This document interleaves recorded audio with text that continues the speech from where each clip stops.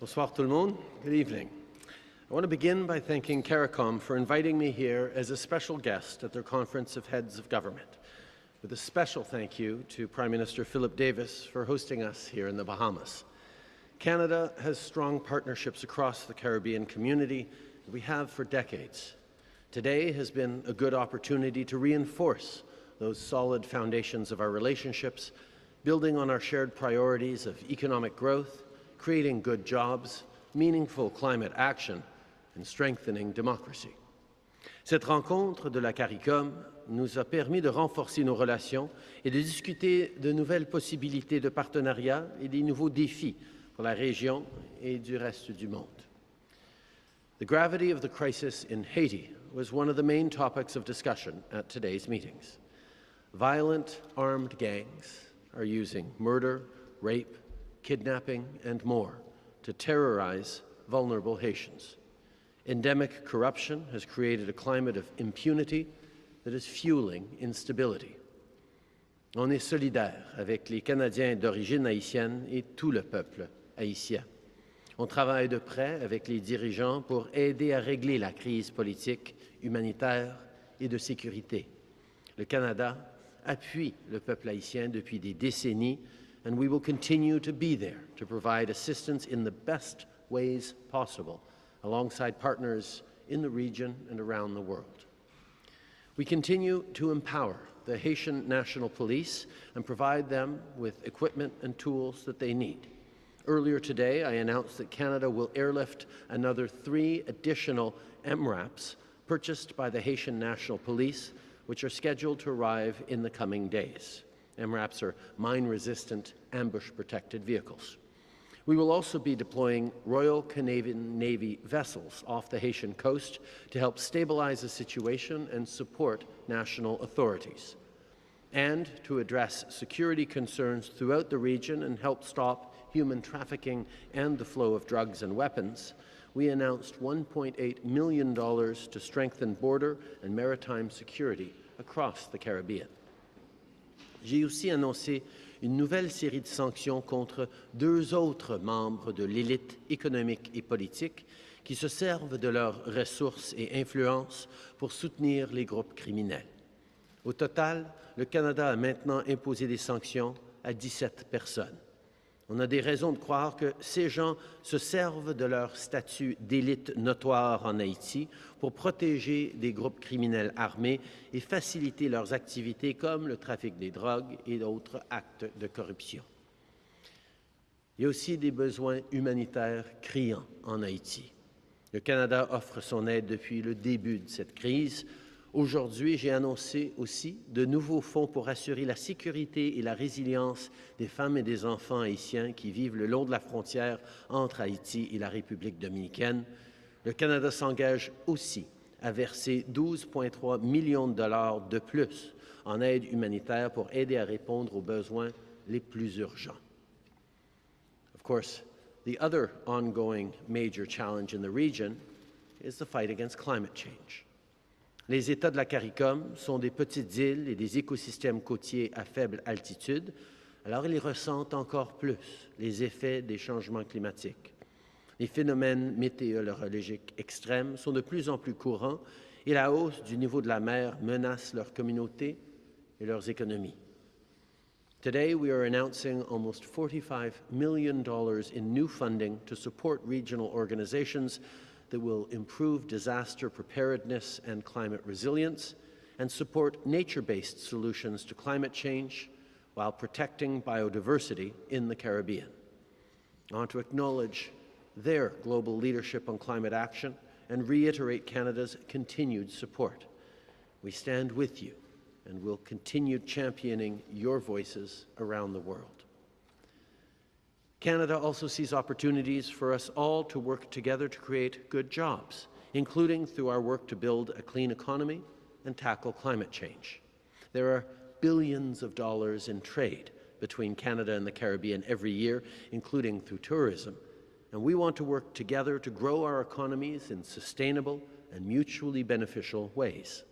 Canada is extending our CaribCan tariff exemption program to continue promoting trade and investment with our Caribbean partners. I had many one-on-one meetings with leaders here where we talked about these issues, including with the Prime Ministers of the Bahamas, Barbados, Jamaica, and Haiti, as well as with Chris Dodd, the United States Special Presidential Envoy to the Americas. This has been a short but extremely productive trip. I look forward to the work we will continue to do together to strengthen our ties and build a better future for everyone. Thank you very much. Merci. Thank you, Prime Minister. Merci, le Premier ministre. We now have 20 minutes for questions from the media. Nous avons 20 minutes pour les questions des médias et on va commencer avec Global News. Turia? Good evening, Prime Minister.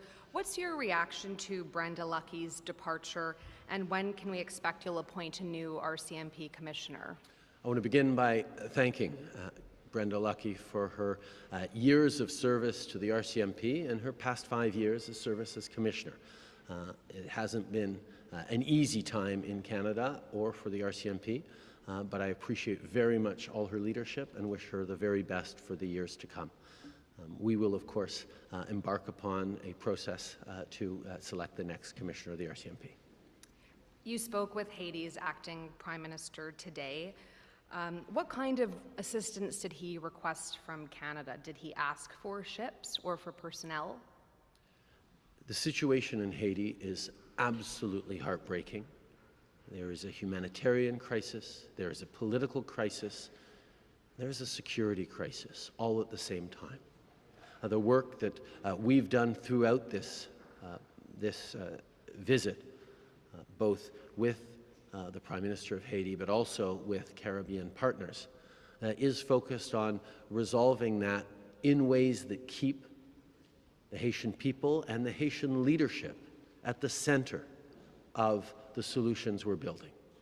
Whether it's continuing to step up on humanitarian aid, whether it's moving forward to bring together political voices to create political stability, or most importantly, working to support the Haitian National Police and their ability to restore peace and ensure the safety of people in Haiti. We will continue to do what is necessary as we keep the focus on solutions by and for Haitian leadership and people. Prochaine question, Valérie. Monsieur le Premier ministre, vous avez parlé dans votre discours que pour arriver à bout de cette crise-là, il fallait qu'il y ait un engagement des Haïtiens à tenir des élections justes et libres. Est-ce que c'est une condition que vous posez à l'aide que le Canada pourrait apporter, ou la forme d'une future aide que le Canada voudrait apporter? Et vous voyez ça, des élections, dans quel espace de temps? On a parlé de novembre, mais là, ça semble de moins en moins probable. C'est une très bonne question. Laissez-moi être absolument clair. La priorité, la plus grande priorité, sinon la seule priorité, c'est de restaurer la stabilité et la sécurité pour le peuple haïtien. Nous devons, pour le faire, s'engager et responsabiliser le leadership haïtien, c'est certain, mais nous devons faire tout ce qu'on peut en tant que communauté internationale, en tant que partenaire et ami d'Haïti, de faire tout ce qu'on peut pour mettre fin à la violence et permettre à la police nationale haïtienne d'être elle-même capable de protéger et de stabiliser la situation sécuritaire pour le peuple haïtien.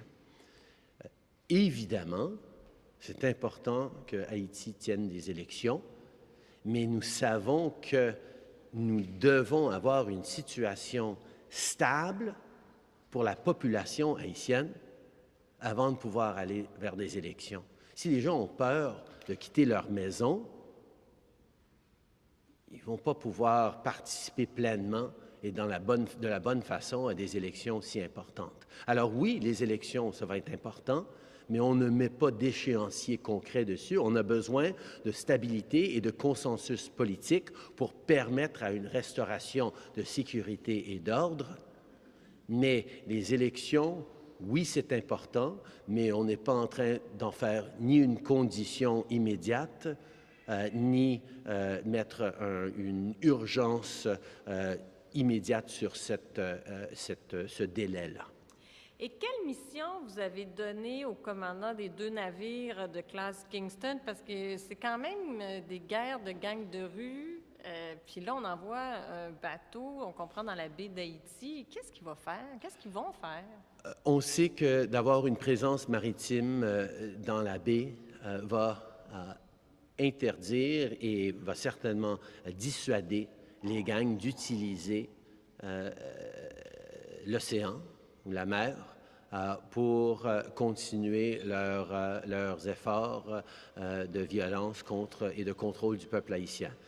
On a vu dans le passé que d'avoir un navire là a fait une grosse différence et on est là pour soutenir dans la mission de sécurité de la police nationale haïtienne. Next question. Hi, Marie Danielle Smith from CP.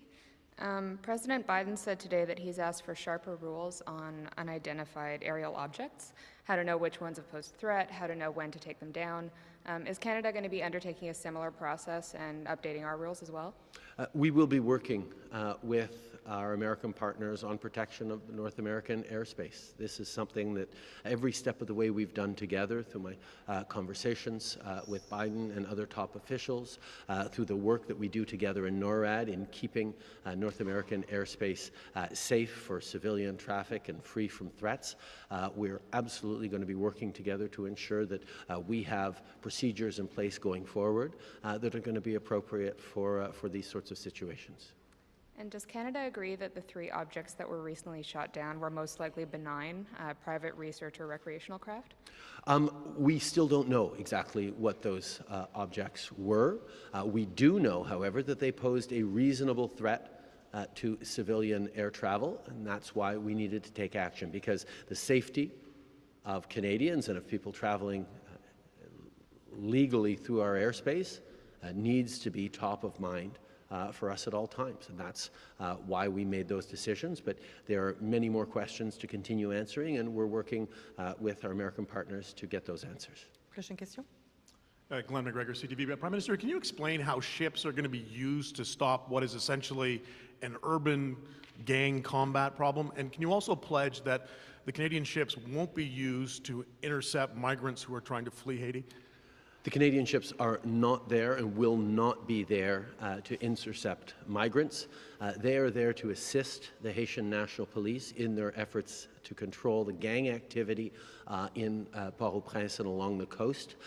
We have seen in the past that the presence of Coast Guard ships or ships there from allies significantly dissuaded the gangs from using the waterways as an extra sphere of influence for them. They will be there to support the Haitian National Police. And Commissioner Paul Rouleau will make public his report tomorrow into your use of the Emergencies Act to stop the Ottawa Freedom Convoy.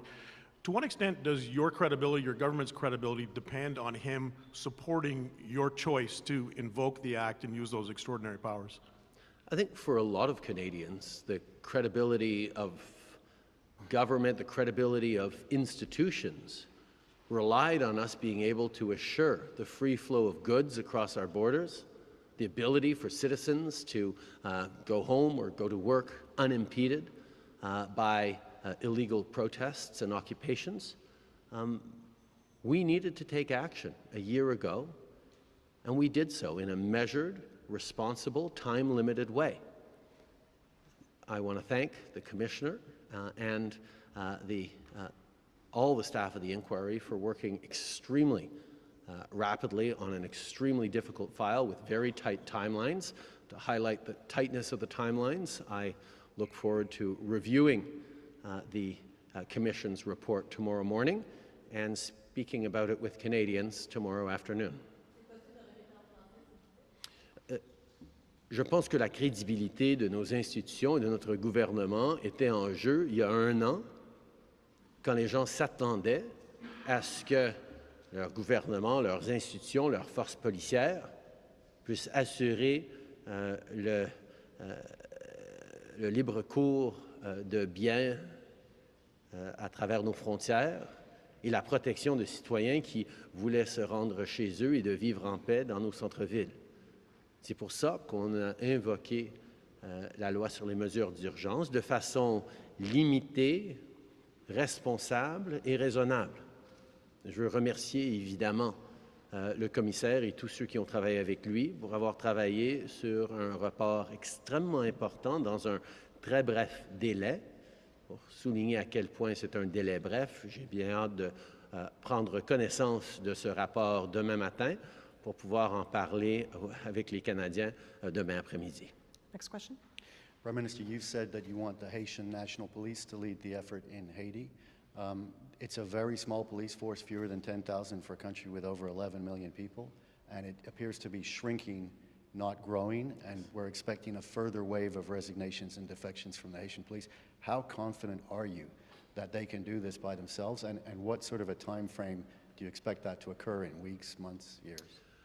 We saw throughout the fall that the combination of sanctions from outside, direct support for the police with equipment and other supports were able to significantly degrade the impact of the gangs through the fall in Haiti and allow for the freer movement of medicines, of water, of food, and of fuel. Over the past few weeks, we have seen some very difficult times for the Haitian National Police Force. We've seen a degradation of their capacities, which is why it is so important now to do as much as we can quickly to support them. We, as I said, are airlifting more equipment to them. The conversations we had around the table with Caribbean leaders were focused on how we can strengthen and further legitimize and enable the Haitian National Police to keep people safe. The reality in this situation is it is an ongoing horrific tragedy of extraordinary proportions. But what we have seen is that this is happening despite all the best will and the engagement by Canadians and people from around the world over the past 3 decades. We cannot continue to do the same thing and hope for a different outcome. That's why everything we are doing now needs to be focused on responsibilizing Haitian leadership to be part of the solution and focused on solutions that are driven by the Haitian people themselves. Now, we understand this is an atrocious situation, and we do need to be there very actively to support, which is exactly what we're doing, and what I certainly hope will come out of this CARICOM meeting, as in more support and more engagement by regional partners as well. It's a situation that will require us all to step up, but to do so in ways that, like I said, keeps the delivery of those solutions and the creation of stability for the Haitian people as much as possible in the hands of Haitians themselves. And could you describe how this consensus seems to have emerged that Canada should take the lead on this issue? Did Canada volunteer? Was it volunteered by others? And how far does this responsibility go? If there is a complete breakdown in Haiti, for example, and the police disintegrates, will that be Canada's responsibility to fix that situation? I'm not going to get into hypotheticals about what if, because I am very much focused on doing whatever we can right now to make sure we don't get to what ifs in the coming weeks and months. But Canada stepped up last September with significant, heretofore unseen sanctions directly against the economic and political elites that in Haiti are so directly responsible for the ongoing instability, not just the political instability, but the violence and the support of gangs in this country. As we stepped up on sanctions, we also stepped up with support for the Haitian people through humanitarian aid, support for the police through equipment. We have strengthened our presence in the embassy to be able to engage more and fact-find and see what is most necessary on the ground. We have an extraordinary ambassador who is carrying an awful lot on his own shoulders in terms of engaging with all different leaderships across the Haitian political spectrum, working with the police, working with people on the ground. Canada is elbows deep in terms of trying to help. But we know from difficult experience that the best thing we can do to help is enable the Haitian leadership and the Haitian people themselves to be driving their pathway out of this crisis. That is what we are doing, and that is what we are here at this CARICOM meeting to encourage and enable our allies in this region to be part of that solution as well. It's not a simple situation. It's not going to have any easy answers, but if we want to truly see a path forward that is sustainable and lasting for the Haitian people, we need to be here for it. Next question. Hi, Prime Minister. David Thurton, CBC News. So are you saying that Canada is ruling out sending Canadian forces, Canadian police, or even maybe supporting other Caribbean countries that want to do that? Is Canada ruling that out? I'm pleased to be announcing today that we are continuing to step up in our support for Haitian National Police, because we believe the best thing to do right now is to be there to enable the police to be more effective on the ground, to keep the safety and security of the Haitian people now, and do what we can politically and through sanctions and through economic pressures to degrade the money, the influence, even the weapons flowing to the gangs from other countries, including the United States. These are things we're trying to do right now at the same time, and all our focus is on what we can do right now. Okay. On a totally different topic, a domestic issue, CBC is reporting that the RCMP's watchdog ruled that Mounties in Saskatchewan failed to properly search for a missing woman who died of hypothermia. And she died not far away from where she was last seen. I don't know if you've heard of this case, but one of my colleagues would like to ask you what you make of it.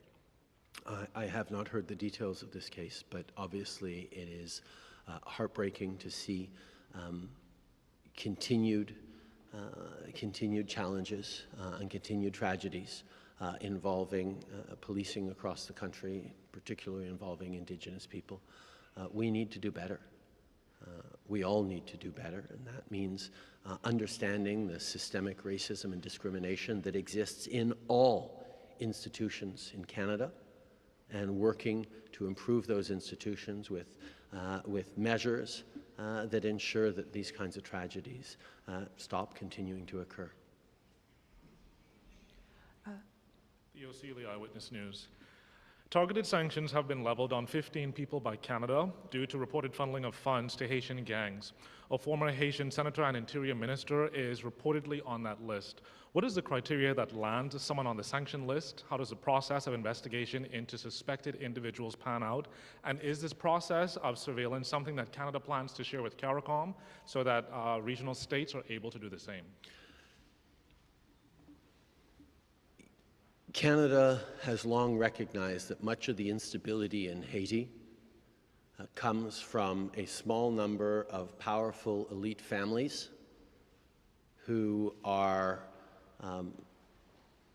fomenting instability and financing violence for their own gains at terrible cost to the Haitian people. That is why, from the very beginning, we have stepped up on sanctions. We're actually up to 17 sanctions with the 2 I've announced today. And we're seeing that it actually has a significant, and certainly had a significant impact through the fall, and will continue to have an impact on those directly responsible for their fellow countrymen and women's hardship and suffering. We have been working with friends and allies throughout the region and around the world for them to step up as well on sanctions and to do even more, because we know that until the Haitian elites and leadership are held to account for their role in this horrific crisis in Haiti, we will not be able to deal with it. We have to get to the root causes, not just the symptoms. That's why we will continue to step up on sanctions and exhort all of our friends and allies to do the same. Take one more question. Hi, Ava Turnquest, Eyewitness News. As it's been well established, the situation in Haiti is worsening, deepening. It's already past the point that we as humans can bear. Has Canada been asked to put boots on the ground? And is it waiting for such an ask? What will it take? And notwithstanding that, is it committed to funding a CARICOM group? Because we have seen from CARICOM a willingness to get on the ground, but there's a lack of funding. Has Canada committed that funding? Over the past 30 years, Canada has sent many, many missions to Haiti. UN missions, humanitarian missions, missions to build hospitals, missions to support police, missions to support prison guards. We've continued to step up and be there for the Haitian people, and we have made commitments that we will continue to do that. However, we also must learn from what has worked and what has not worked in the past. And that's why our focus now is on ensuring that through strengthening the Haitian National Police, equipping them better, ensuring the best for them in their ability to do their jobs, at the same time as we look to degrade politically and economically the impact of the gangs, we have our best chance to ensure that Haitians themselves are able to solve for and end this terrible cycle of violence. What's happening in Haiti is absolutely heartbreaking, and we need to do everything we can that will help. And that's why we are focused on making sure that whether it's with partners or with friends, we're doing everything we can to empower Haiti to get through this with itself leading the way. Merci tout le monde. Thank you. That will conclude today's press conference. Merci. Ça va mettre fin à la conférence de presse.